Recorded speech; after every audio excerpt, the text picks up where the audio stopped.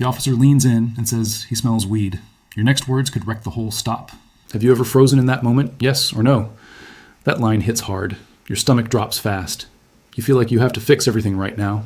So you do what most people do. You start talking. You try to sound harmless, calm, and helpful. Here's what most people do wrong. They think talking will make the officer relax. They think a quick explanation will clear everything up. This is exactly where things fall apart. One nervous sentence turns into 5. 5 sentences turn into a full story nobody asked for. Most drivers have no idea this is even a thing. They do not know their own words can become the biggest problem. They think the danger is only what police might find. But many times, the danger starts with what you say first. You say it was not yours. You say your friend smoked earlier. You say you only took 1 hit. Now the stop is no longer simple. Now there's a possible admission. Now there's a reason to keep digging. And this happens every day. Regular people get pulled over, then they talk themselves into a bigger mess. Some states treat weed smell one way, other states treat it another way. That is exactly why your mouth matters so much. If the law is unclear, your words can become the missing piece. If the law is not on your side, your words can make it worse. Either way, loose talk helps you the least. The scary part is how normal it feels. The officer sounds casual. The question sounds small. But the stop can turn serious in seconds. I have studied real traffic stop situations for a long time. I've gone through body cam footage, court records, and real driver encounters. I have seen the same mistake happen again and again. Good people panic, talk too much, and hand over control without even knowing it. Here's the first move. I call it the no consent line. The problem here is simple. The officer says he smells weed, then asks to look inside. Most drivers answer the wrong way because they want to look innocent. They say yes because they think no sounds guilty. They say yes because they believe there is nothing to hide. They say yes because they want the stop over fast. That is the trap. Consent means permission. In plain English, it means you gave the okay. Say exactly this. I do not consent to any searches. That sentence is short for a reason. You can say it clearly. You can remember it under stress. This line does not start a fight. It does not insult the officer. It simply says you are not giving permission. That matters more than most drivers realize. In some places, police may still search anyway. In other places, they may need more than smell alone. Your job is not to solve that on the roadside.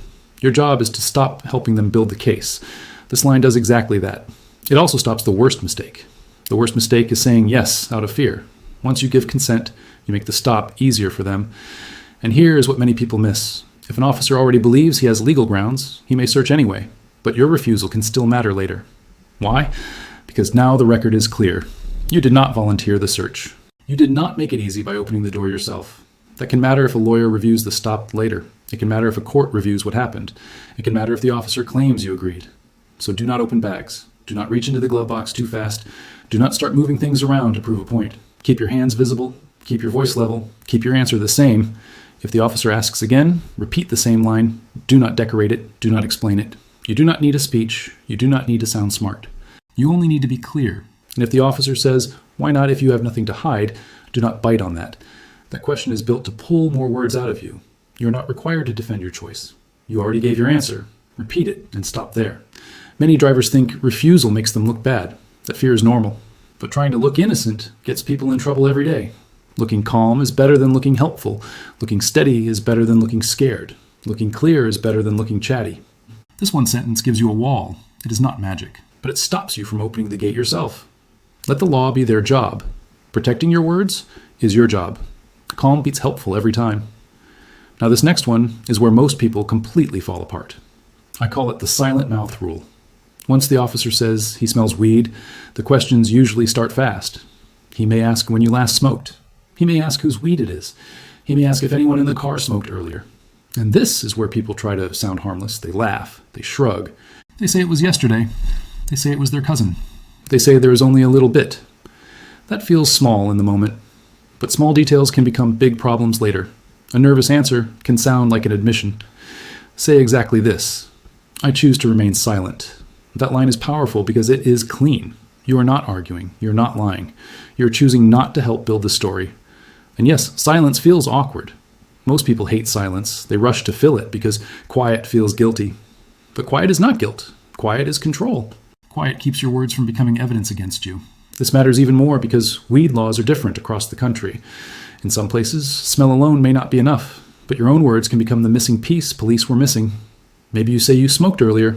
Now they start looking at impairment. That means they may claim you were driving high. Maybe you say a friend left it there. Now you just placed weed inside the car. Maybe you say it is legal where you live. Now they start asking about your age, the amount, or how it was stored. Do you see the pattern? The smell starts the stop. Your answers can deepen it. That is why this line matters so much. It cuts off the free evidence. It keeps your mouth from doing their work. Now be smart about one thing. You still follow basic commands. You hand over your license and registration. Giving documents is not the same as answering investigation questions. One is part of the traffic stop. The other can dig you deeper. If the officer keeps talking, do not get baited by a friendly tone. Friendly questions can still hurt you. Casual words can still be used later. Do not joke about getting high. Do not say it is just hemp. Do not say your car always smells like that. Do not say you were around friends. Even a fake joke can land badly. Even a simple excuse can open a new lane. Never think you can talk your way out by giving half the truth. Half the truth often becomes the full problem. Police hear stories all day.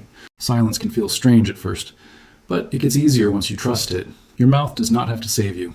Your silence can protect you better. Are you starting to see how much stronger we get when we stop talking? Here's the next move. I call it the no storyline. This one matters because silence alone is not always where people break. Sometimes they stay quiet at first, then crack when questions sound softer. The officer may say he's just trying to understand or help you. This is exactly where things fall apart again. You start telling a story. You think a little context will make you look better. You say you were at a party or your passenger smoked. You say the smell is from old clothes or leftovers. Now you are deep in the mud, because once you start, you feel pressure. You say exactly this.